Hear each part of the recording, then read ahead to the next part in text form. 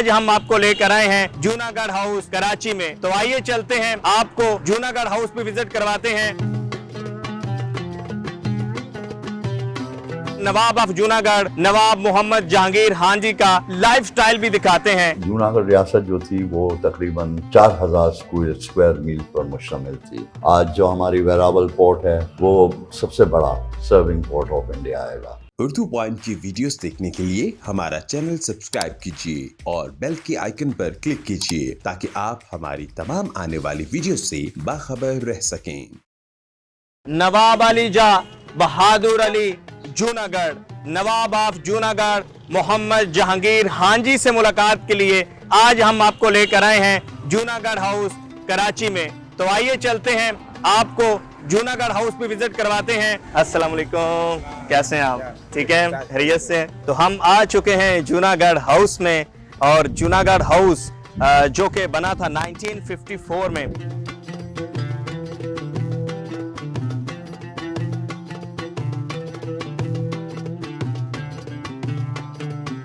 السلام علیکم نواب صاحب. جی وعلیکم السلام منشا صاحب. کیسے ہیں آپ؟ ٹھیک ہیں؟ جی الحمدللہ، آپ کی دعا چاہیے. جی آج ہم آئے اور ہم جو ہے وہ لوگوں کو، پاکستانیوں کو جوناگڑھ ہاؤس بھی وزٹ کروائیں گے، جوناگڑھ کے متعلق بھی جانیں گے. لیکن آپ کی ماشاءاللہ ڈریسنگ آج بھی وہی نوابوں والی ہے. خوبصورت ڈریس، بلیک شلوار قمیض، بلیک ویسٹ کوٹ، خوبصورت پگڑی، خوبصورت تلوار. یہ تلوار آج بھی ہاتھ میں ہے، کیا ریزن ہے؟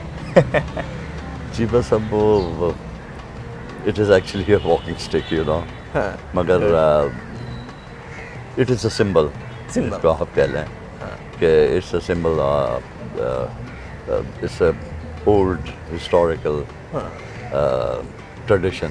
تو ہمارا جو نعرہ بھی ہے وہ یہ ہے کہ جوناگڑھ از پاکستان.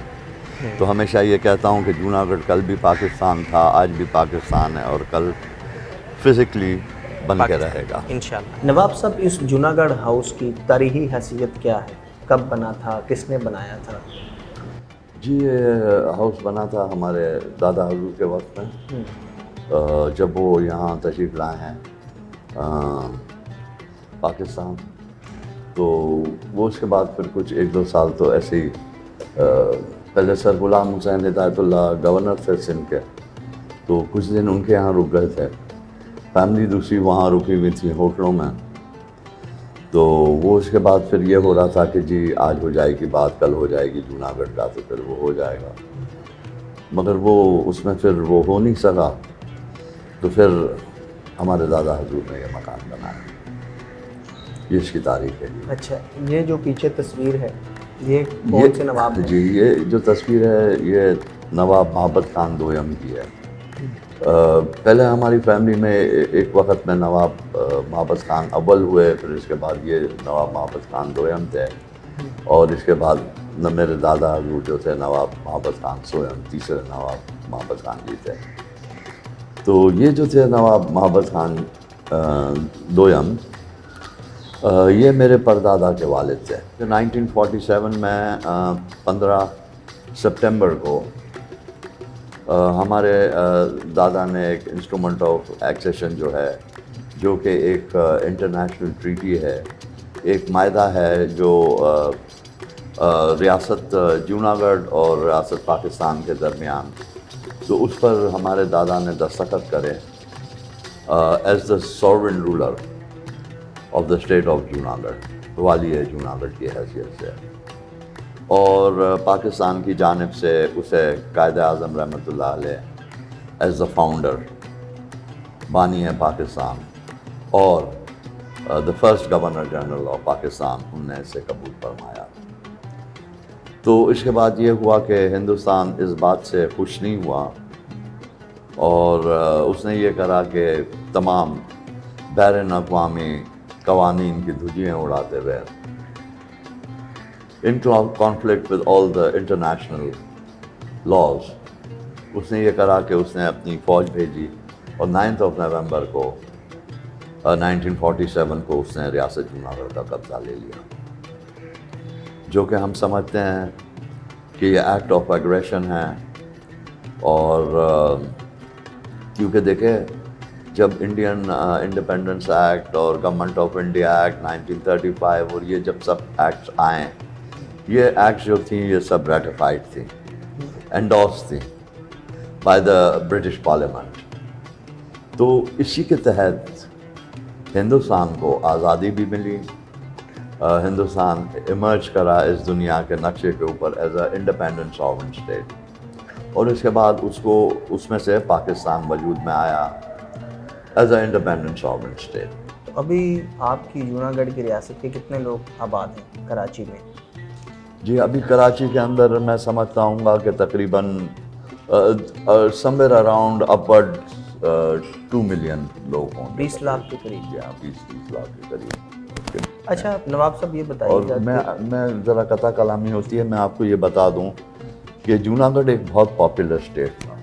ہمارے یہاں کچھ 100 ذاتوں سے زیادہ لوگ رہتے تھے.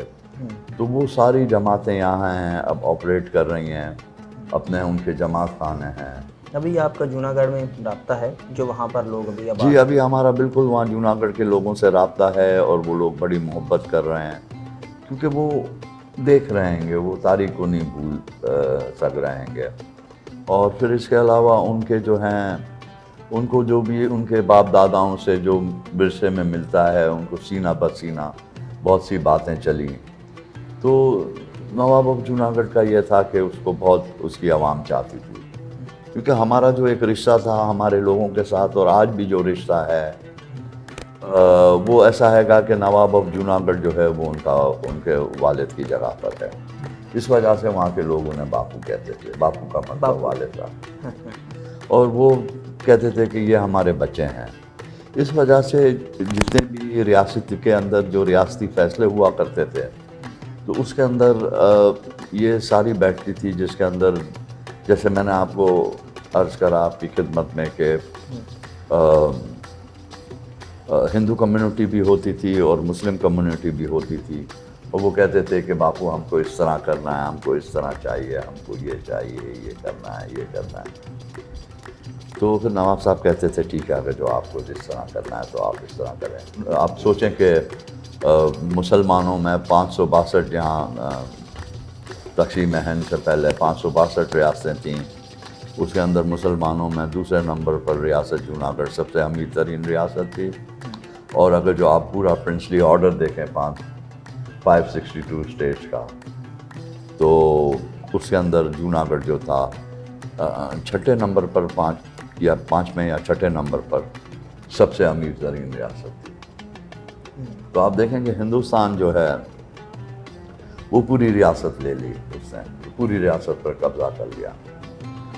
تو آج جب ہم بات کرتے ہیں تو وہ پھر ان کا میڈیا جو ہے وہ بہت ایگریسو ہو جاتا ہے گا. جوناگڑھ کے نواب ان کے استعمال میں کون کون سی چیزیں تھیں یہ بھی ہم آپ کو دکھاتے ہیں. یہ جو آپ آفس آپ کو نظر آ رہا ہے یہ نواب صاحب کا آفس ہے. اس آفس میں اگر آپ دیکھیں تو آپ کو چاروں اطراف پر اینٹیک کلیکشن نظر آ رہی ہے.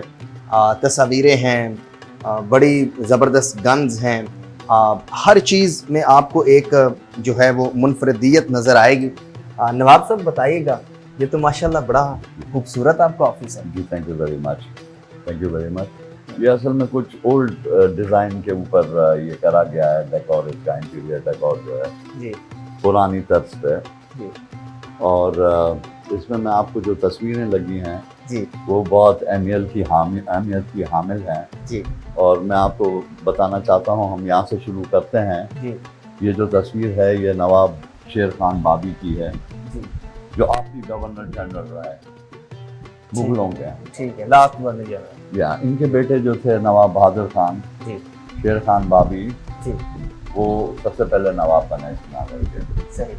تو یہ ہماری 3-4 جد امجد جو تھے ہمارے وہ مغلوں کے درباروں میں رہے. اور یہ جو تصویر ہے یہ یہاں جو لگی ہے جی اوپر جو ہے یہ میرے والد صاحب کی تصویر ہے، والد محترم جی نواب ہز ہائنس نواب دلاور خان جی، جی جو آپ کے گورنر بھی رہے جی صوبہ سندھ کے. جی تو اس زمانے میں مغلوں کے دور میں یہ بھی گورنر جنرلز ہوتے تھے ہمارے جد امجد جو تھے. اچھا. تو ان کے درباروں میں اٹھا بیٹھا کرتے تھے. اور تاریخ اس بات کی شہادت دیتی ہے کہ ان کی جو عزت تھی وہ کسی طرح مغل جو تھے بادشاہ شہنشاہ ان سے کم نہیں تھی. اور یہ میرے نانا ہیں جی سردار رؤف محمد خان جاگیردار. یہ بھوپال اسٹیٹ جو تھا جو کہ بہت ایک عظیم مسلمانوں کی ریاست تھی مدھیہ پردیش میں، یہ ان کے جو شاہی خاندان کے تھے، جو نوابین تھے، جو نواب بیگمیں تھیں، یہ ان کے خاندان سے تعلق رکھتے ہیں اور یہ وہاں ریاست کے سب سے بڑے جاگیردار تھے. پھر یہ نواب محبت خان دویم میرے پردادا کے والد صاحب ہیں.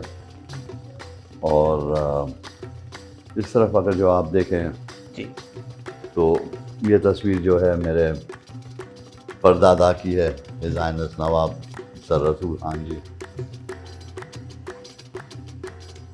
یہ ان کے بڑے بھائی تھے نواب بہادر خان. جب ان کا انتقال ہوا، ان کی شادی نہیں ہوئی تھی تو پھر اس کے بعد آفس میں شیر بڑے نمایاں نظر آ رہے ہیں، کسی نہ کسی چیز میں جی جو لائنس ہیں وہ ہماری خصوصیات تھی.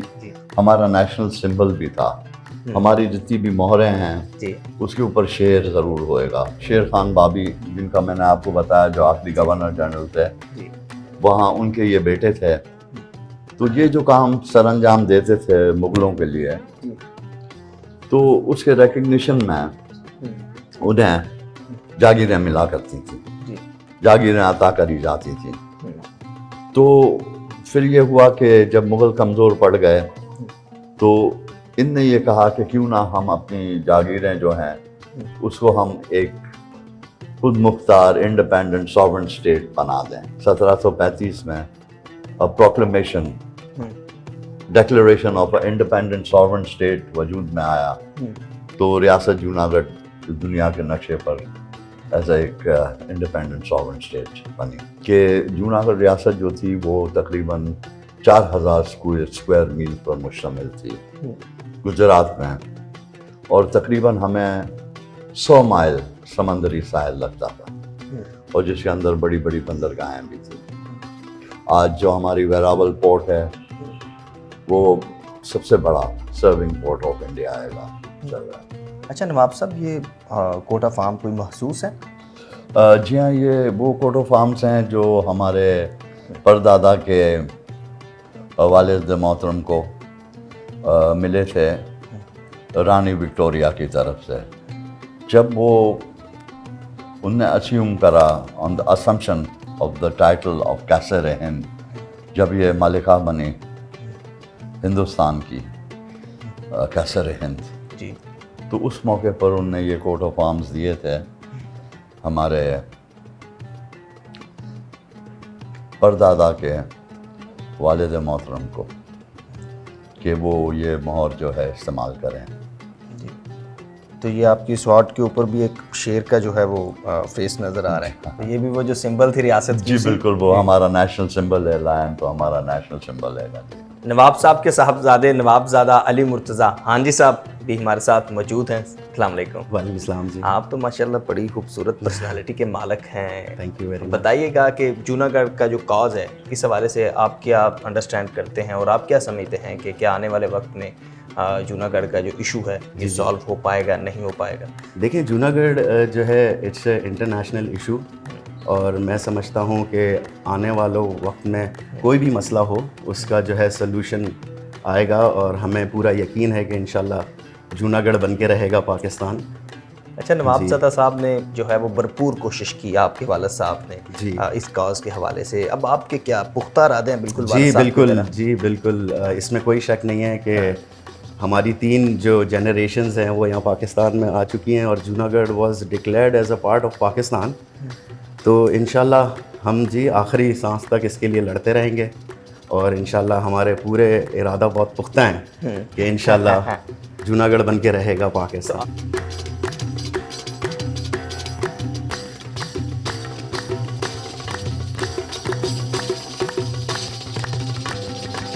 تو انشاءاللہ جوناگڑھ بنے گا پاکستان، کشمیر بنے گا پاکستان.